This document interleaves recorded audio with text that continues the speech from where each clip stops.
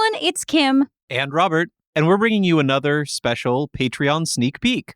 This time it is episode 1 of Behind the Masks, a deep dive into some of the historical, artistic, and literary influences that have inspired the shows that we're doing on Kitten Marlowe. This first episode of Behind the Masks, which we recorded over a year ago, is about the lady herself, Queen Victoria. Her relationship with her mother, her relationship with Albert, and her relationship with her eldest son, Bertie. And Bertie is a piece of work if you don't know. I mean, so is Victoria, to be honest, but you'll find out. I'm getting ahead of myself.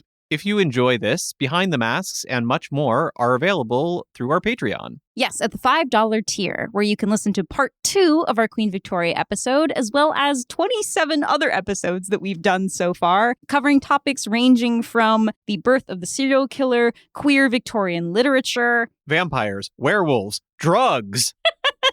A bunch of topics. These are pretty chatty and pretty lightly edited, and we hope you enjoy it. And if you want to hear more, you can find all of that at patreon.com/kittenmarlowe. Behind the Masks and The Breakfast Phase are both available at our $5 tier. Thanks for listening.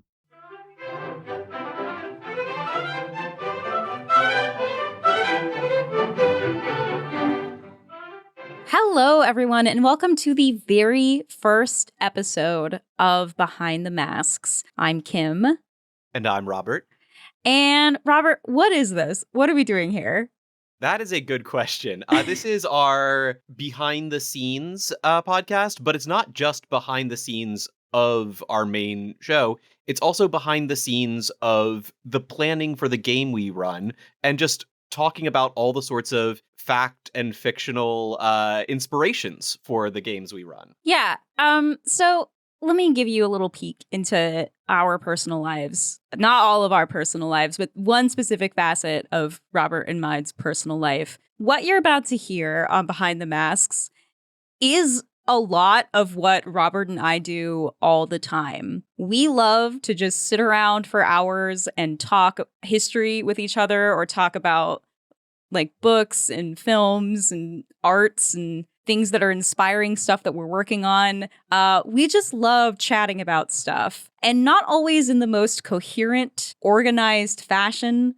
So I do want to prepare you all that this might be a bit of a rambling conversation. This is going to be as unedited as I allow myself to have a product go out as. So it's probably going to be pretty edited, but I'm going to try to keep it fairly loose and fairly conversational and fairly just kind of as it happens. Yeah, as Kim was saying, we're basically both giant nerds. Like that's the key takeaway here. Robert, I'm a small nerd. I'm a 4'11" nerd. That's true, and I'm a medium-sized nerd. Yeah. But yeah, so we just get excited about literature, TV shows, history, and have to share it with each other. That's just who we are. And so we're going to take this opportunity to share it with you too. Yeah. So every episode of Behind the Masks is going to talk about a particular subject or subjects that is related to the show that we're currently working on. In this case, it's Shadows in the Smoke, our gothic horror Victorian era story. Eventually, it might talk about events that are in the actual game itself in terms of like what are the real life historical or fictional events that are inspiring the threats that we're dealing with or the characters that we're playing or like the world state. But I also want to talk a bit about just like the Victorian era, like the people and the fashion and the culture of that era. And so we thought, what better place to start with episode 1 of our Behind the Masks, going into everything Victorian era, than to talk about the title character herself, Queen Victoria. It is kind of hard to talk about this era without talking about her. Well, I mean, yeah, how iconic is that basically an entire era of history is your fucking name? But I guess you earned that when you rule for as long as she did. Yeah, she was, until Queen Elizabeth II, the longest reigning monarch on the English throne. With an asterisk. I will say this because, I am a Jacobite.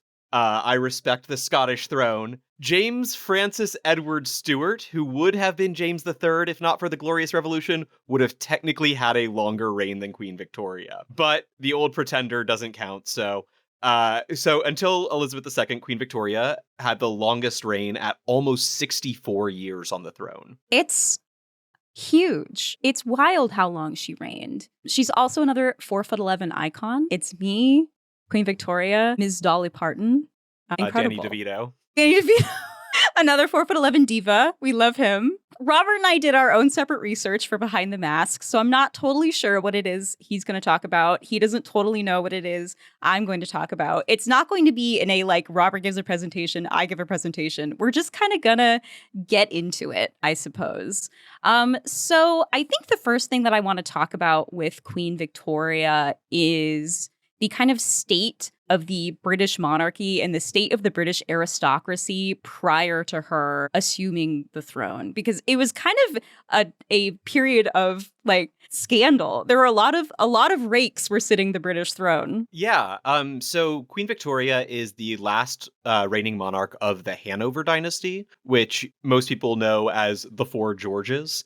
There are more members of the Hanover dynasty than just the Four Georges, but the Hanover dynasty saw the loss of the American colonies through the American War of Independence under George III. And I've heard of that guy. Yeah. The madness of, Mhm.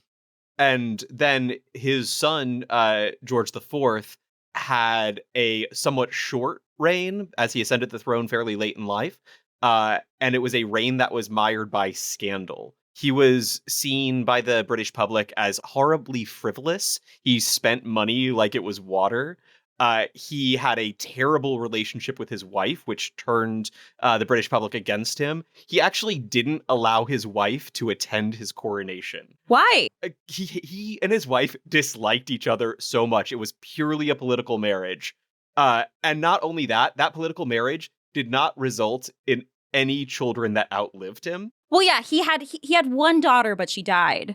She did die. Well, so here's the thing. Queen Victoria, or at least right now she'd be Alexandrina Victoria is her name. She had what I would call on her father's side a ton of sleazy uncles. So many sleazy uncles.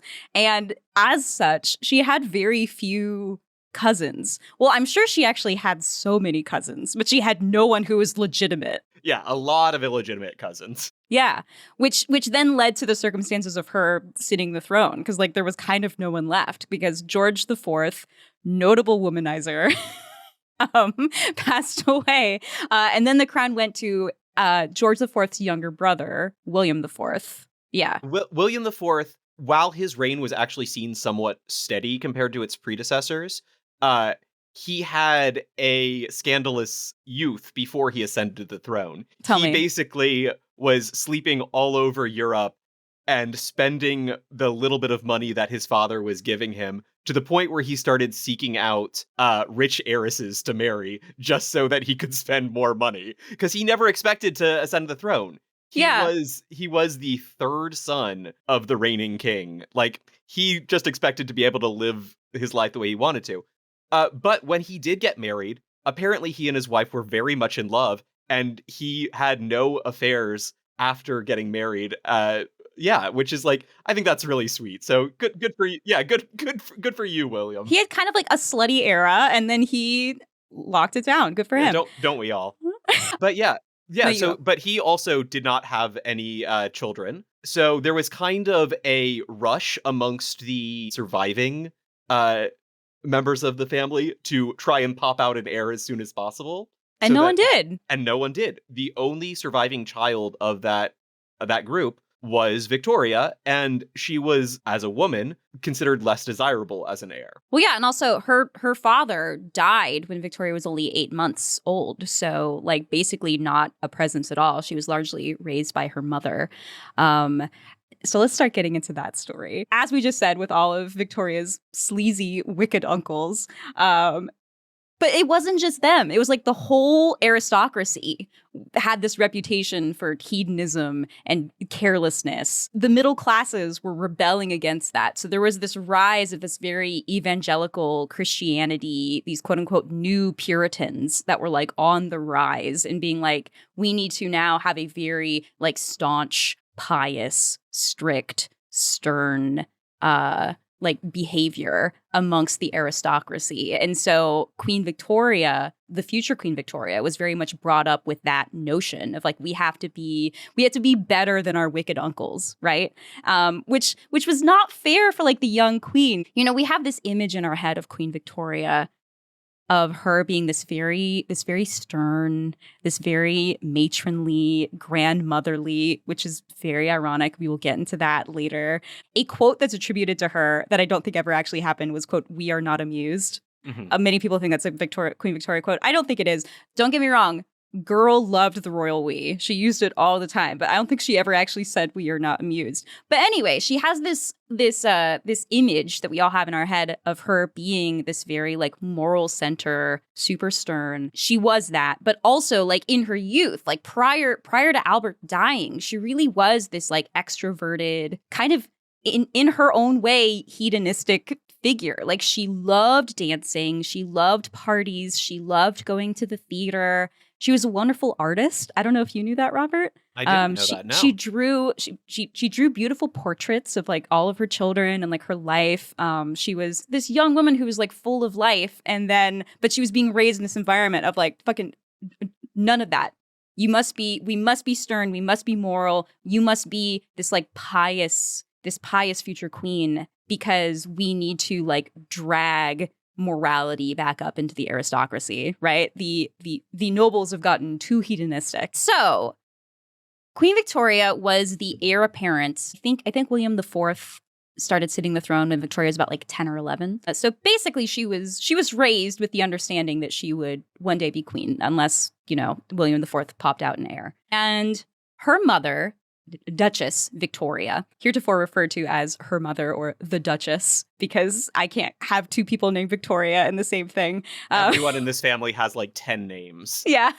So her mother and her mother's head attendant, some would say lover, John Conroy, they were very concerned that Queen Victoria was going to grow up and be influenced by Victoria's other relatives in the Hanover dynasty. And we couldn't have that because Victoria's mom wanted to make sure that Victoria grew up like isolated from everyone else so that the only people that Victoria could turn to would be her mother and her mother's lover, John Conroy. And so Queen Victoria was brought up and schooled under what was called the Kensington system, named after the location in which Victoria lived. So the rules of the Kensington system. Yeah, tell us the rules. Yeah. So Victoria, and her entire life, from birth until she was crowned at 18, this was her whole life.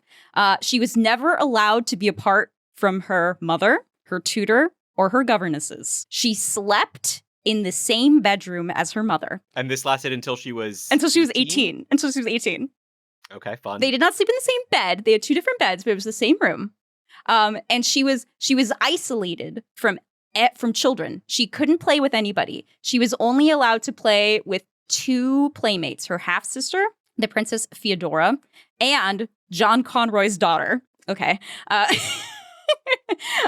And her mother and John Conroy monitored and recorded every action that Victoria took and controlled who she was allowed to meet. She was never allowed to be alone. So I think this would be called helicopter parenting. Yeah, like very, very extreme helicopter parenting, and they also pushed really hard. Like they wanted to make John Conroy this presence in Victoria's life, so that the notion that when she became queen, she would appoint him as like a high-ranking member of her staff. So like the mother and John Conroy were really trying to like wheel and deal, be like, how can she ever choose anybody else if we're the only two people that she ever sees?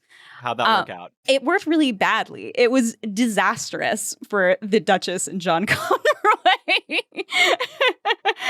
So yeah, when William IV died, and this was not unexpected. Like William IV had been quite ill for at least a couple of months, and so Victoria knew that this was on the horizon. And I can't even imagine that. Like, imagine being like 18 and just kind of knowing like, oh, I might be queen tomorrow. Oh my God, that's so overwhelming. I can't. Before we go any further, I have so much empathy for this woman. I have empathy for this woman right now because there are certain events in her life and certain things that she had to deal with that I think were really unfair. And I think, I think this is a woman that would have benefited extraordinarily from therapy. She would have benefited extraordinarily from birth control being a thing. Oh, hugely. Definitely. Hugely. And so the empathy that I have for this woman does not take away all of the awful things she's about to do when we get later on into this discussion, because she was horrible to people. She was a total narcissist. She was a terrible mother. She was really cruel, very careless, very self-absorbed. I mean, I don't know how you could not be self-absorbed when you are literally the most important person on the planet by all regards. I mean, so it's like, who among us would not, I guess, be a little narcissistic if we kind of knew that? But at this point, taking it back to like Victoria at 18, like before any of that had ever happened, the anxiety of knowing what you're fated to do just seems overwhelming to me. So Queen Victoria, well, I guess Princess Victoria right now, she found out about William IV's passing at 6 a.m. She was 18 years old. She was awoken and she was told that she was going to meet the Archbishop of Canterbury and the Lord Chamberlain alone. Take that in. That's the first time that she's ever been allowed to go anywhere by herself. The first time she's ever met anybody alone. Just like the weight of that. Yeah, it's literally to meet two of the most powerful people in British politics. She writes this in her diary.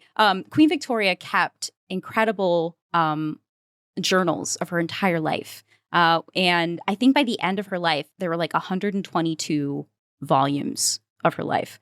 And so when possible, I'm going to be quoting from her journals and from her letters. The sad thing about this is that after Queen Victoria passed, her journals were edited and certain parts of her journals were destroyed. And so what we have now only represents 1/3 of what Victoria had to say and write about her life, which, like, I totally get if you are Queen Victoria's daughter who's going through all the journals. Maybe you want to like not save for posterity some of the more salacious details. Maybe we destroy those. But like, as someone who's just kind of like interested in this era, I'm like, God, I wish we had the whole thing, you know? And considering that her daughter did edit very heavily these journals, it is wild what gets stays through. What stays? Yes. So Queen Victoria said in her diary that on that day, she was only dressed in her dressing gown when she went to go meet these two men to find out, because it was so early in the morning. So she's like blearily got into just like her robe and went to go meet with like the two most important men in the British aristocracy. And there's something that I think is just so like romantic about that. Like the idea of this kind of like fresh-faced 18-year-old queen. I mean, please look up pictures of young Queen Victoria. She's so pretty. Beautiful. She's Absolutely beautiful. so gorgeous. And just like this, like just in her robe, and like the two men, and she's alone for the first time, and they're telling her of this like fateful moment. There's a beautiful painting of this moment. I mean, it's obviously someone fictionalizing this moment, but like it's so dreamy and so beautiful.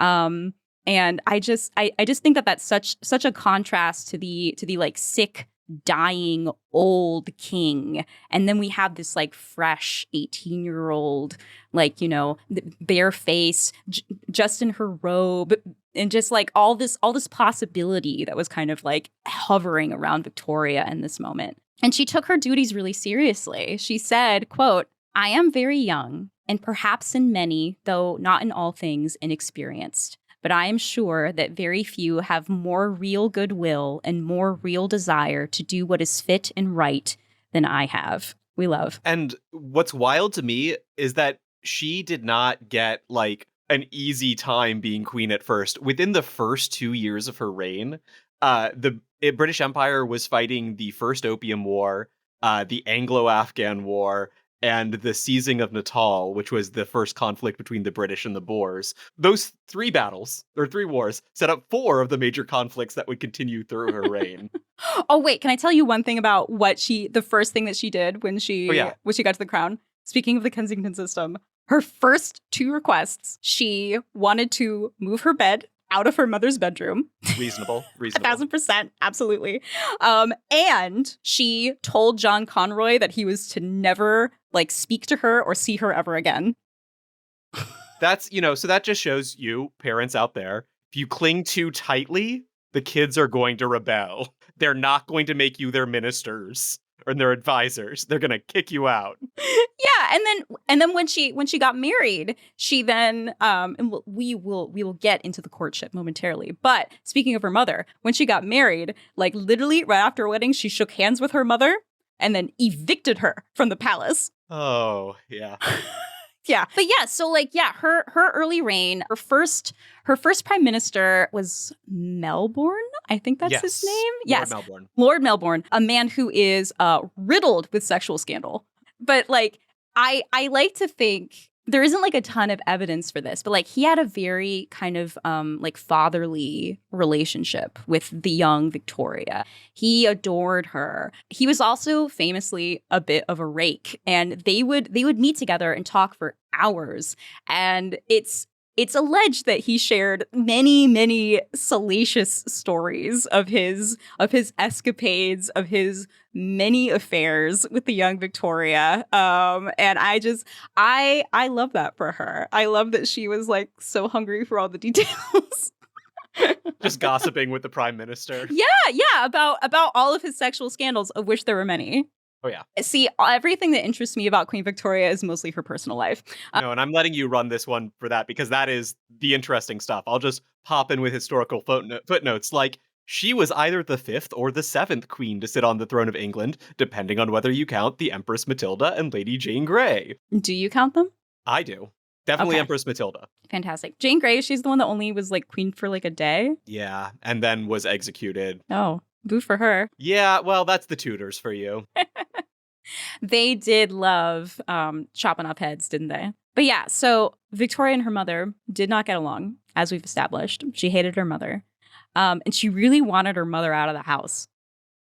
And Lord Melbourne, the prime minister, was the one who said, well, a way to do that is, Victoria, you should get married. And she was like, you know what? Actually, yes. But she was pretty. She really took her time with it. Because first of all, the anxiety of I gotta pick I'm the queen, so there are men lining up to try to court her even before she was crowned. The young 17-year-old Victoria had a whole slew of suitors that she was thinking about. Absolutely. And what you've got to remember about the British monarchy in this time period is that it was basically assumed that a man would be sitting on the throne. Yeah. And in the cases where it was a queen, like Mary II, her husband was assumed to be the one who would be doing most of the ruling, even if he wasn't actually the king by birth. So Prince Albert of Saxe-Coburg, what's his name? Saxe-Coburg and Gotha. Saxe-Coburg and Gotha. Yeah, I don't speak German. But Prince Albert was a German noble. He and Victoria were first cousins on the mother's side. I know that is very frowned upon today. That's just how they did it back in the era of the monarchy. It was a bunch of very closely related people that were all marrying each other and having babies with each other.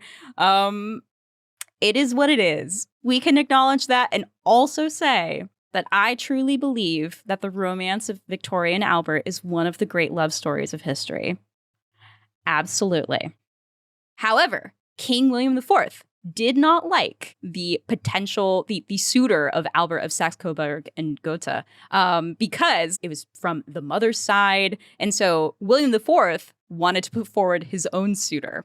And Victoria took one look at him and thought he was very plain, and she was not interested. Victoria was in search of a hot husband, and she got it in Albert. This is what she had to say about their first meeting when they were 17 years old. Albert was also 17. He was born 3 months after Victoria. He was 3 months younger than her.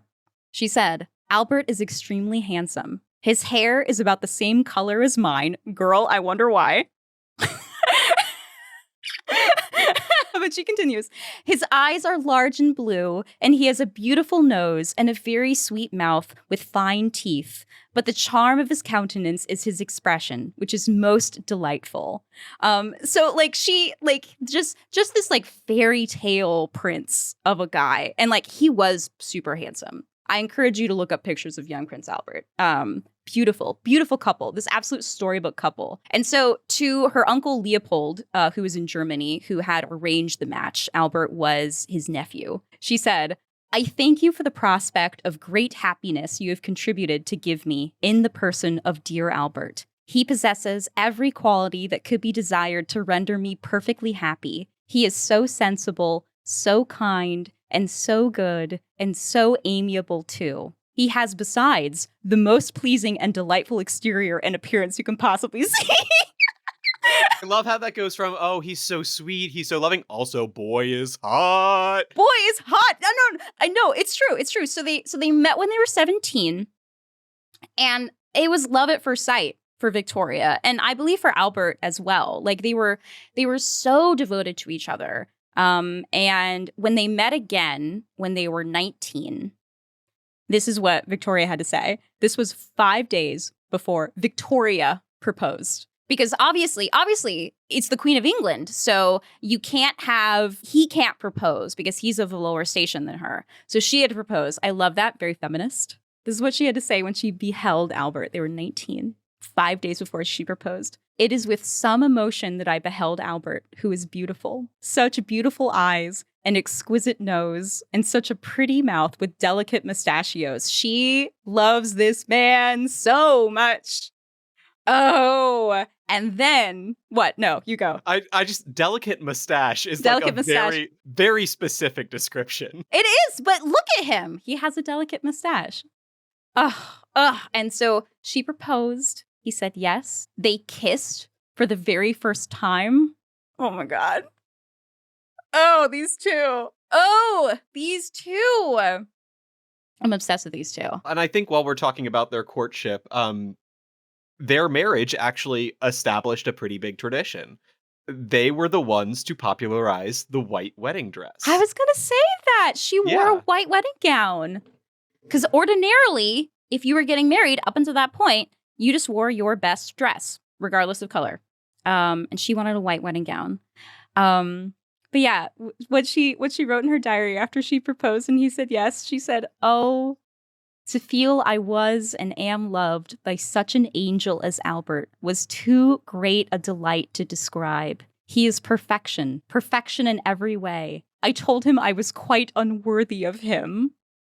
Oh my God. Oh my Very God. Sweet. Very they're sweet. They're so sweet. They're so sweet. And then the wedding night. So this is a quote I'm familiar with. I was so delighted when I read this that I pulled Robert aside and read it to him. So their wedding night. They were 20 years old. It is reported that they did not sleep very much that day, and that Victoria had a headache the entire rest of the day, and could not go out, of course. And this is what she wrote about the wedding night. I never, all caps, never spent such an evening. 4 exclamation points. My dearest, dear Albert sat on a footstool by my side, and his excessive love and affection gave me feelings of heavenly love and happiness I never could have hoped to have felt before. He clasped me in his arms, and we kissed each other again and again. His beauty, his sweetness and gentleness, really, how can I ever be thankful enough to have such a husband? To be called by names of tenderness I have never yet heard used to me before was bliss beyond belief. Oh, this was the happiest day of my life. I am fascinated what he was doing. Sat on a footstool by my side, and his excessive love and affection gave me feelings of heavenly love. And what my mother does listen to this, so I don't necessarily want to get into like the details of what I think was maybe happening, but I'm just let it be known. Wow, and they this is the version, love each other. Yeah, this is the version that her daughter let through. The version so it might have been a little more explicit in the original. Queen Victoria was a deeply sexual person. She loved having sex with Albert. Oh my God. They were so devoted to each other, so devoted, which is very funny to me because they were like the sort of picture of the very like staunch, very strict British royalty. And but I guess you could be a secret freak if you were doing it within the bounds of your marriage. That was totally acceptable. She actually asked her doctor, she was like, how can I stop? I don't want to have any more children. How do I do that? And he was like, well, you don't have sex. And she was like, well, I can't do that. So what else you got? Because I cannot get off of Albert. I literally cannot get off of Albert. They were so in love. They were like in love, but they were also in love. He helped her dress in the mornings. Which is ordinarily something that you do with like your staff or your maids. He dressed her in the mornings. Oh my God. Sorry, I'm going to get very emotional about Victoria and Albert. I just love them so much. I love this era. God, they were so devoted to each other. She said, my dearest Albert put on my stockings for me. He does look so beautiful in his shirt only, with his beautiful throat scene. Oh, how I love him. How intensely, how devotedly, how ardently. You ever see a nice sexy throat? Good neck. She liked a good neck. Yeah, early vampire Queen Victoria. She loved a good neck. No, but I think it's that thing where when you're really in love with someone, like the smallest details about them catch you. And I know. Yeah. And it's just the intimacy of helping someone put on their stockings in the morning, of just like, oh God, oh, these two. Oh, these two. Queen Victoria and Albert. They primarily lived in a place called Osborne House. It was on the Isle of Wight. If you were to go in to the private residence of Queen Victoria and Prince Albert, it was filled with nude and erotic sculptures and paintings, which they gave to each other as anniversary gifts. So, you know, the sending and sharing of nudes is a common point of behavior from time immemorial. It's been forever. Prince Albert commissioned a sculpture of himself, posed as a Greek warrior, which he gave to Queen Victoria. This is a real sculpture. Sadly, he's not nude in it, but he is wearing the tiniest tunic you've ever seen, and he's got bare legs and bare feet, which is quite scandalous. And in fact, Prince Albert was later a little embarrassed by it because Queen Victoria wanted to put the sculpture on display, and he was like, no, please. So they ended up getting a second sculpture made that had a slightly longer tunic and shoes. But the actual sculpture, he's showing like serious thigh in it, which I love.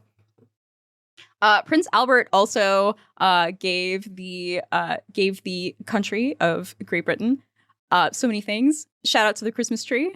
Yeah, the Christmas tree was, up until this point, largely a German tradition, and it had actually become a symbol of German unification by this point. But Albert, being German, and Victoria being half German, were more than happy to bring this tradition over to England. He was also, I don't know, he was just like a good guy. He was a big champion of public causes, educational reform. He was a big abolitionist. And also, he was super involved in the organization of something called the Great Exhibition of 1851, which was the precursor to what we now know to be like a World's Fair. Yeah. And Queen Victoria apparently went every day. Of course she did. Of course she did. And Albert requested that she wear a bright pink dress so that everyone could see her. Yeah, I mean, just think about all those images that you have of Queen Victoria in your mind, of her later life, of her in this kind of like dowdy black dress, surrounded by grandchildren as she's sort of just staring grimly into the distance. Yeah. And then contrast that with this beautiful, lively young woman in a bright pink dress, just absolutely in love with her husband, you know. God. Yeah.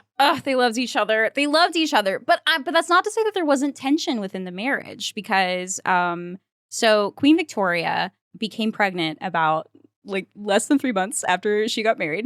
They were spirited for sure, and she went on to have 9 children. And basically, once she started having children, it emotionally and physically was exhausting for her. It's widely believed that she suffered from postpartum depression on numerous occasions. And she ended up having to turn over a lot of royal duties to Albert, which Victoria kind of hated because she wanted to be queen and she did not like being a mother. And she was frustrated that she was now in this position where she had to be. This does not excuse the fact that Queen Victoria was a bad mother. I'm just putting it forward by saying that she really didn't want to have children. I mean, I think she kind of knew that it was sort of like it was required of her as a queen. Like, she needed to have children, especially because she was the last of her line. But like, it was awful. It was an awful experience to Queen Victoria to be pregnant and to give birth. And so it meant that Albert had to kind of like be king, essentially. Like, he became, for the most part, her like private secretary. He ended up their desks were side by side in the palace so that they could work together. And especially as she got, like, throughout the years, they were together for 21 years. I think Albert died when he was like 41 or 42. But she grew to so rely upon him in the political landscape, which I knew she didn't like. Got very frustrated by it, but she was just so kind of out of the game. It was to the point where some politicians who came to like royal functions and royal dinners would notice that when discussions of like politics and matters of state came up, Albert would say something quietly to Victoria in German about what she would say, and then Victoria would repeat it in English. But yeah, but all that was because she was so busy having kids. She had 9 children. Hated being pregnant. She loved sex. She called pregnancy the shadow side of marriage. And the notion of a woman having multiple pregnancies she found very distasteful. She said, quote, I felt more like a rabbit or a guinea pig than anything else. Not very nice. Indeed, yes. She also thought that breastfeeding children was disgusting. Really bad. She likened women who breastfed their children to cows or dogs. In fact, one of her daughters, Alice, chose to breastfeed her child, and Queen Victoria found this so distasteful. She publicly admonished Alice for doing so, and then Queen Victoria named one of her cows Alice. So I want to take a moment while we're still talking about Victoria and Albert together, to talk about an assassination attempt. Fuck! Yeah. Yeah, tell me about that. So Victoria had 8 assassination attempts on her life throughout the course of her reign.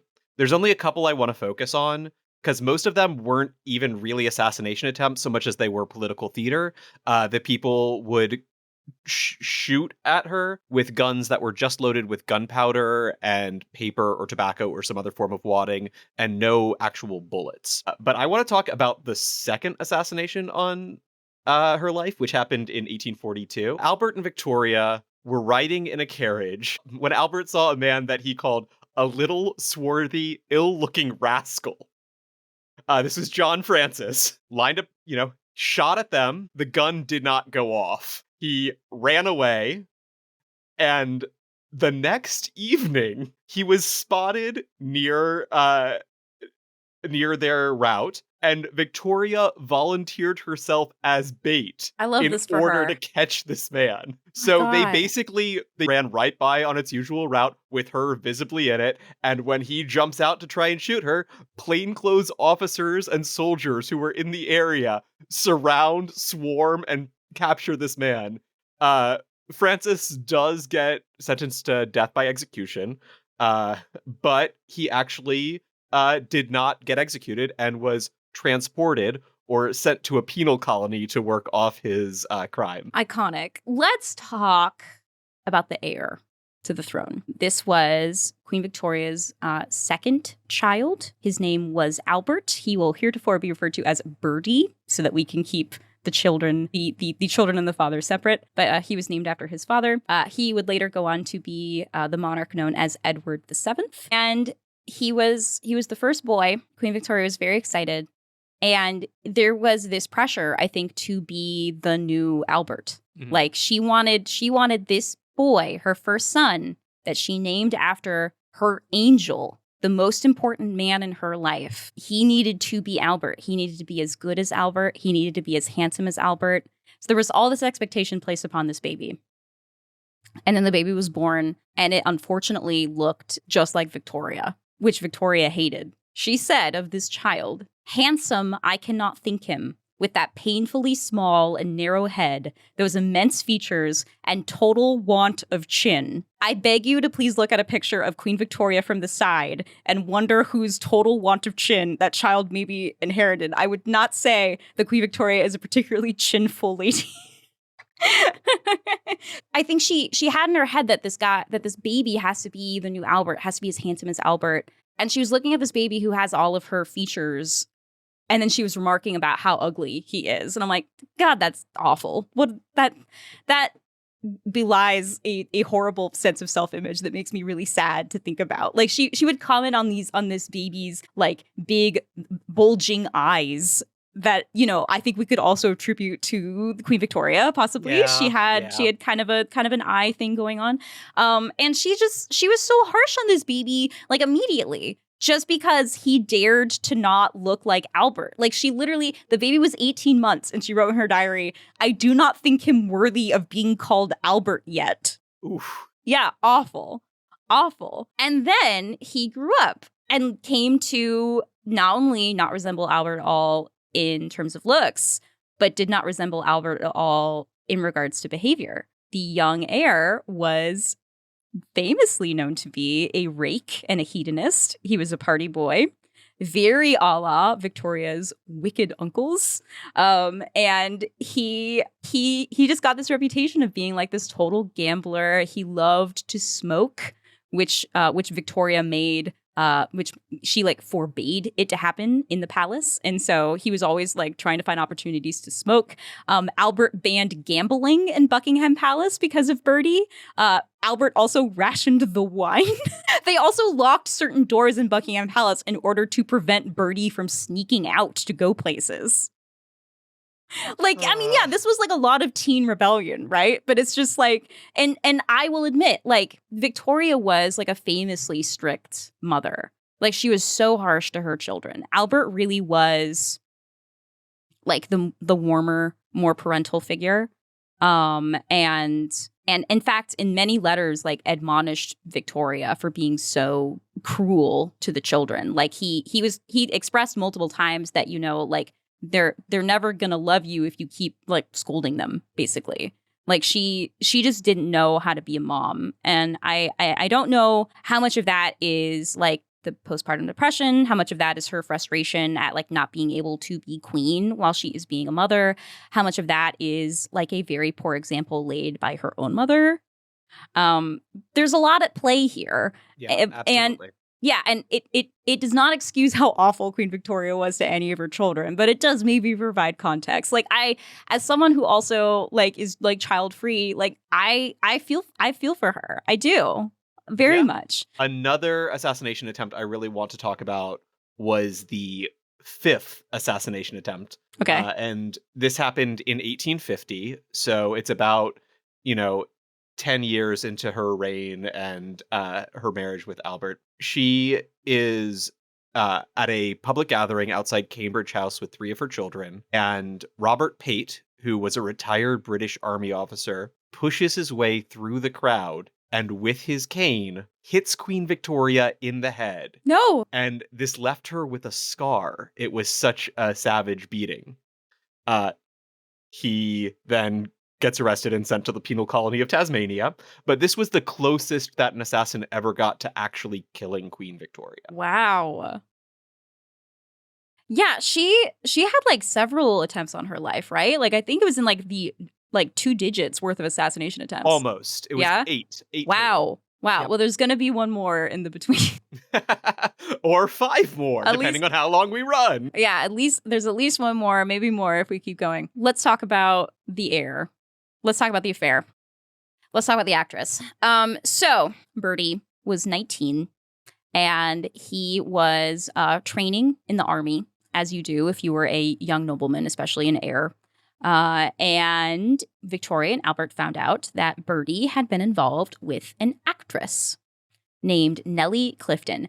Now, reports are varied actress in the day, especially spoken in a negative manner by the aristocracy, was effectively interchangeable with sex worker.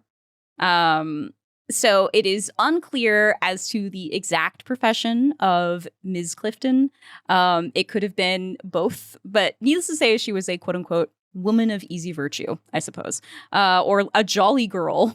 And it's also important to point out that not only Queen Victoria's uncle had a famous affair with an actress, but this was actually kind of a British tradition. It's what you did when you were in the nobility. Going back to like the Stuart dynasty. Yeah. And, Charles II famously had affairs with multiple actresses, which led him to legalize women acting on stage in England. But that's for another time. But yeah, and so it was reported back to mom and dad that their son was sleeping with an actress. And as we said, a totally normal thing for a young man of means to do.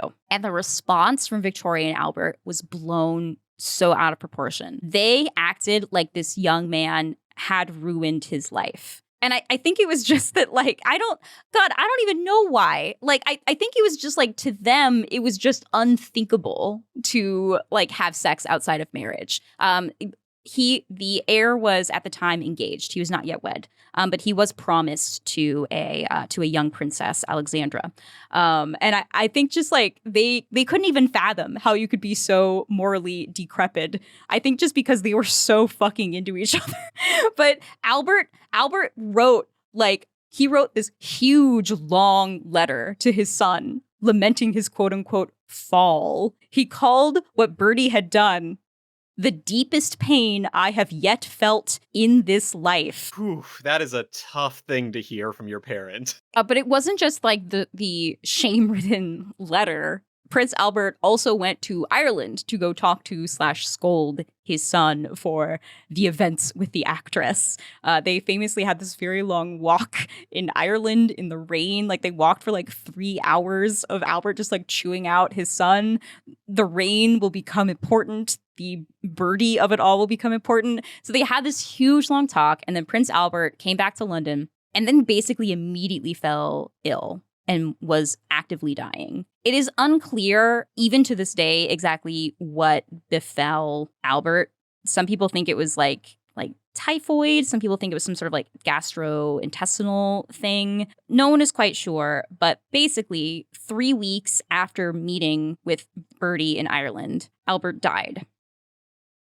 And Queen Victoria never forgave her son, ever. Queen Victoria wholeheartedly believed that Bertie was personally responsible for the death of the man that she called her angel. She thought, had he not been so morally lascivious, had Albert not had to go to Ireland to go talk to his son, had they not walked in the rain, then Albert would be alive. And so she held her son personally responsible for killing the man that she loved the most in the world. I should note, Bertie was 19. That is a lot to have on your shoulders. Not only are you the heir apparent and future king of England, but also your mom blames you for your dad's death because you had an affair with an actress. Yeah. That's a lot. It's horrible. It's horrible. She was, oh my God, she was so sad. She was so sad. I have more to say about Bertie, and I've got so much more to say about her kids. But let's just talk about the Albert of it all. Let's talk about the death of Albert, because I've got some really, really fucking sad quotes for you. Great, make me cry. Come on. Yeah. This is on video. It's so sad. So, this is what she had to say immediately after Albert's passing. She wrote this in her diary. "How am I alive after witnessing what I have done? Oh, I who prayed daily that we might die together and I never survive him. I who felt when in those blessed arms clasped and held tight in the sacred hours at night when the world seemed only to be ourselves and nothing could part us. I felt so very secure. I always repeated, and God will protect us. I never dreamt of the physical possibility of such a calamity, such an awful catastrophe. My life is gone, past closed. It is like death in life. And she lived another 40 years. 40 years! And this is actually where we enter the story of the Between, which takes place shortly after Albert's death, while Victoria is in her mourning period. Yeah, so she effectively withdrew entirely from society. Britain effectively did not have a queen for decades at the very least. She didn't really start emerging back into like public life until like the 80s, I think. Yeah. And the various prime ministers during the time would actually go to her private residence to get, the royal seal on things rather than what had been tradition, the monarch appearing in front of parliament. Yeah. And I just can't even imagine. I can't imagine being so in love with your angel, the man who helps you dress in the morning. At this point in history, he was basically kind of running England for her because she was so busy being a mom. Like, he was handling all the affairs of state. He was her constant companion. He was so emotionally supportive for her. I mean, she was very, very reliant upon Albert. And then all of a sudden, this person is gone. And not only does she have to remember how to run a country because she hasn't done that for like 20 years, basically, or has had a pretty minimal role in the day-to-day affairs of state. She also suddenly has to be the sole parent to 9 children when she never really wanted to have children at all, and when Albert was basically the primary caretaker. Her children ranged in age at the time of Albert's death from 21. That was her eldest daughter, Victoria, called Vicky, who was already married at this time.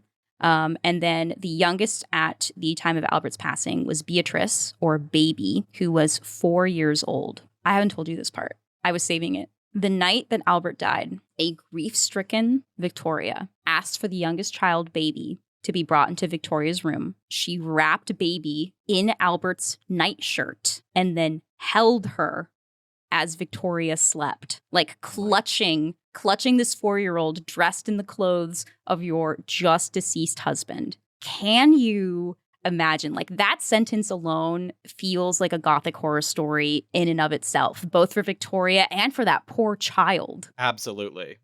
How absolutely horrible. And we'll get into Beatrice, but like basically like that baby's life was over. From that point on, she was Victoria's emotional crutch for the rest of Beatrice's life. And she wrote in a letter. So one of her sons, Leopold, who was quite young at the time, and he's very sickly. We'll get into the very sad life of Leopold later. But he was not in England at the time of when Albert died. And she wrote in a letter to Leopold. Make poor little Leopold understand that his return will be a very sad one, that he comes back to a house of mourning, and that his poor broken-hearted mother cannot bear noise or excitement. Like, she really did make Albert's death entirely about herself. It was kind of inconceivable to her that anyone else was suffering as much as she was. Not any of these children who just lost her father, like no one. It was all about her. It was all about her comfort. It was about acknowledging her sadness. And it was a sadness that she held for the entire rest of her life. She never got over Albert, ever. Their desks in Buckingham Palace were still side by side for the rest of her life. She requested that water for Albert to shave with be brought into their room every day. She requested that fresh clothes be laid out for Albert every day. She slept in the bed with his clothes that were and were not being worn by baby Beatrice. And a portrait of him hung over his side of the bed. Like, she was wrecked. She was so sad. She lost this man, this angel in her life, and she could never recover. And she withdrew. Like, the few occasions that she did come back into court, she felt very self-conscious because she was like emotionally eating, and so she like gained a bunch of weight, and she was so sad, and she just felt that like, you know, she wore black for the entire rest of her life, and she felt like whenever she was brought out to go do state stuff, she had such a self-pitying attitude about herself. She's saying, I feel like a poor, broken-hearted widow, nervous and shrinking, dragged in deep mourning, alone in state, as a show to be gazed at without delicacy or feeling. Oh. But then this marks a period where the British monarchy was like deeply unpopular. Victoria was so unpopular because no one freaking saw her. And so they felt like there was effectively no queen. And that was kind of a source of anxiety with Victoria's children because, like, as we were getting into the 60s and the 70s, there was a lot of anxiety of the British people being very anti-monarchist, being like, well, our queen's not doing freaking anything, so why do we have one? And this was alarming news to all of Victoria's children who were benefiting from the monarchy. And so, like, they were taking great pains to try to, like, force their mother to come back to court because, like, she was about to wreck the entire British system for all of them. To be a person that is inherently that public, yeah, and to go through such a huge loss so publicly, yeah, absolutely devastating. Like, while her behavior may not always be the best afterwards, no, it's really bad. It's understandable, at least. No, I feel a great deal of empathy for this woman, and the things that she did with her children. Like,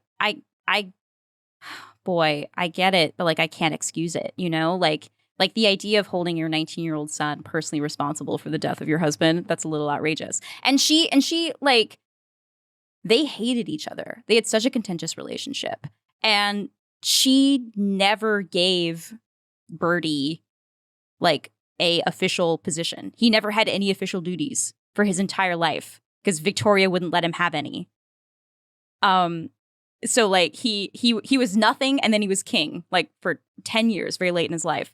And I think that was actually kind of disastrous because it then meant that Bertie never really grew up. Even into his reign as King Edward, Bertie was known as something of a playboy and yes, a clothes horse and a fashion plate. Like, he loved to be seen. He loved did to dress. Yes, he was a total hedonist. He was the exact hedonist that his mother was. It's just that his mother, first of all, was keeping it within the marriage, and Bertie was not. He was a famous lover of other people's wives. Oh, he loved other people's wives. When he got married in 1863, which, oh my God, let's get into the marriage for a second. Queen Victoria, in her mind, she was like, well, what do I do with unruly children who keep acting out?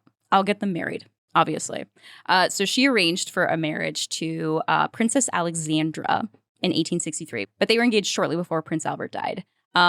Princess Alexandra, by all accounts, was a super sweet, very pretty woman. Like, she was very beloved. She was very kind of like Princess Diana of her day. She was also kind of Princess Diana of her day because her husband was ruthlessly cheating on her left and right. And like Alexandra and Bertie had like 5 children, but Bertie, other than that, like was stepping out constantly with other people's wives. They moved out of Buckingham Palace into a place called Marlborough House in 1863, and it quickly just became an absolute den of sin, as far as I can tell.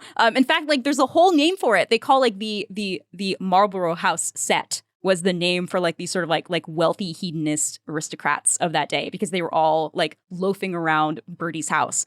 And he like encouraged people to smoke all they want, I think in kind of like a middle finger to his mother's rules at Buckingham Palace. Like it was constantly gambling, constantly drinking. It was like a nonstop like frat house at Bertie's house. And then also in the middle of it was this like very like pious Princess Alexandra that was just like also in this den of sin with like their 5 children. But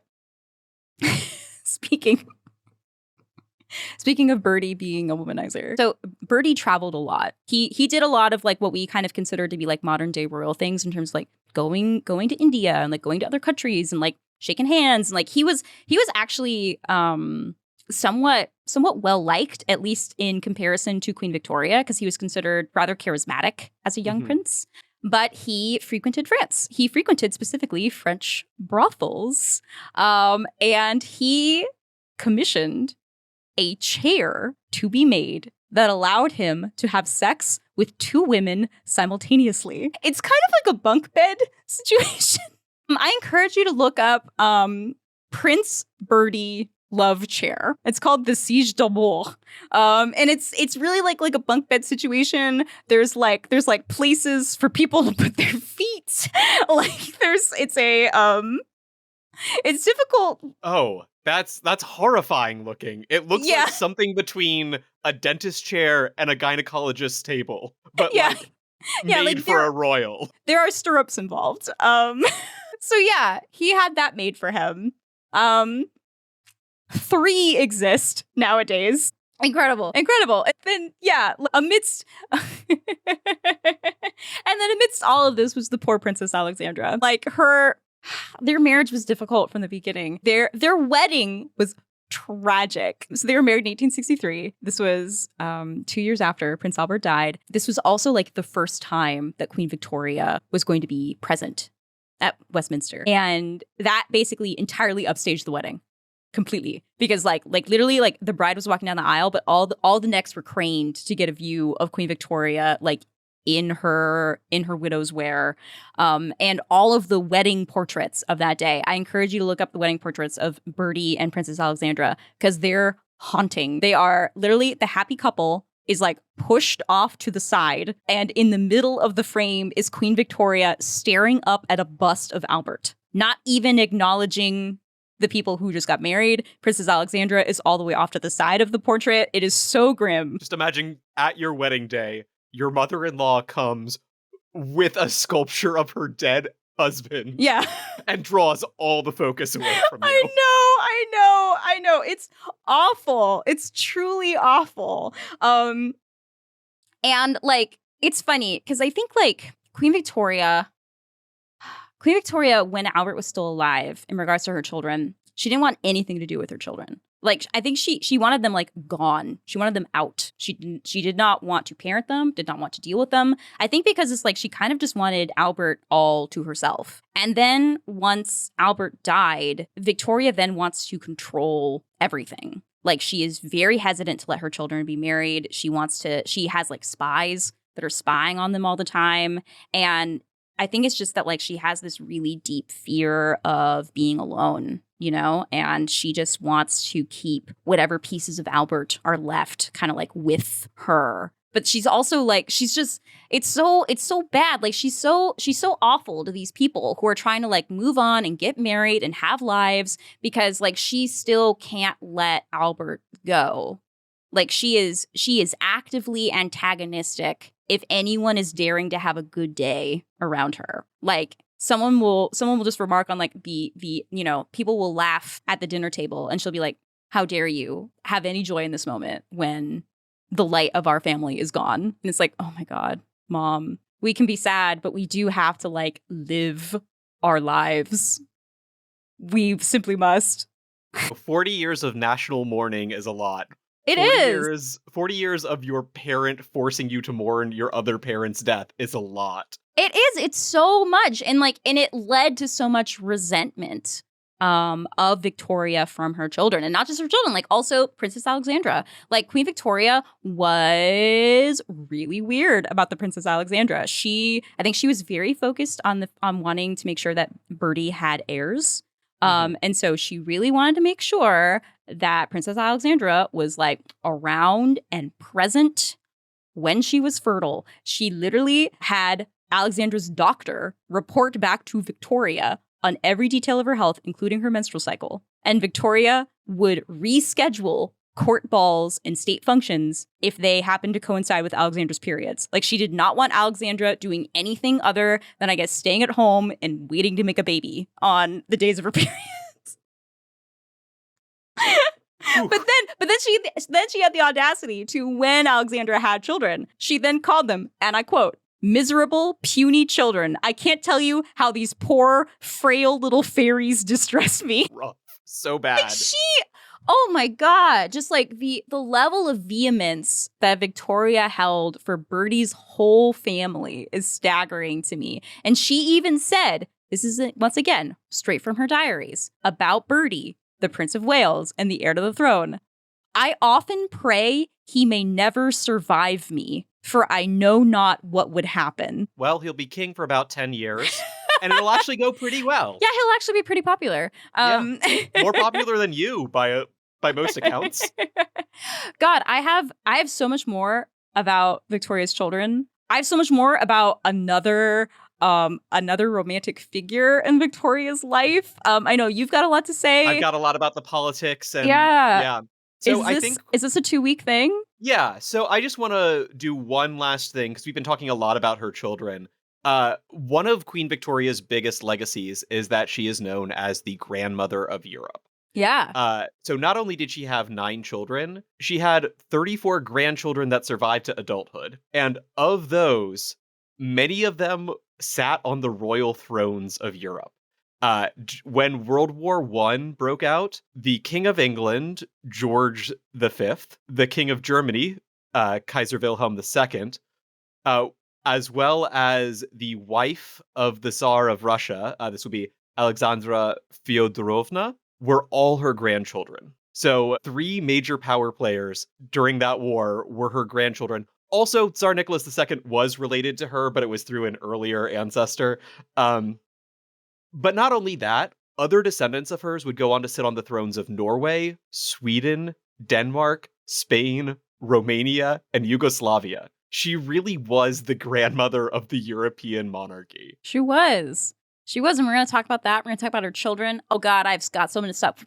Babes, we're going to talk about Leopold. We're going to talk about Louise, Alice, Beatrice, a whole bunch of them. We're going to talk about John Brown. That's a whole freaking thing. But we'll get into it next week. Before then, if you have any questions you'd like to ask us about Queen Victoria, go ahead and put them in the Behind the Masks channel on the Discord. We are going to do another week's worth of episode about her. So if there's any particular element of her life that you would like to know a little bit more about, ask us. And if we think it's a good question, we'll research it, we'll answer it. Yeah, just don't ask about Prince Albert's Prince Albert, because believe me, babes, I did the research and there's no evidence to suggest that he actually had it. But I mean, to be fair, Albert didn't really sleep with anyone else other than Queen Victoria. So it's like, really, who would know? Maybe that was in the diary entries that Beatrice burned later in life. Well, we'll leave it there for this week, but join us again in 2 weeks for another episode of Behind the Masks. Cheers, all. Bye. Behind the Masks is a Kitten Marlowe production, produced and edited by Robert Merkel.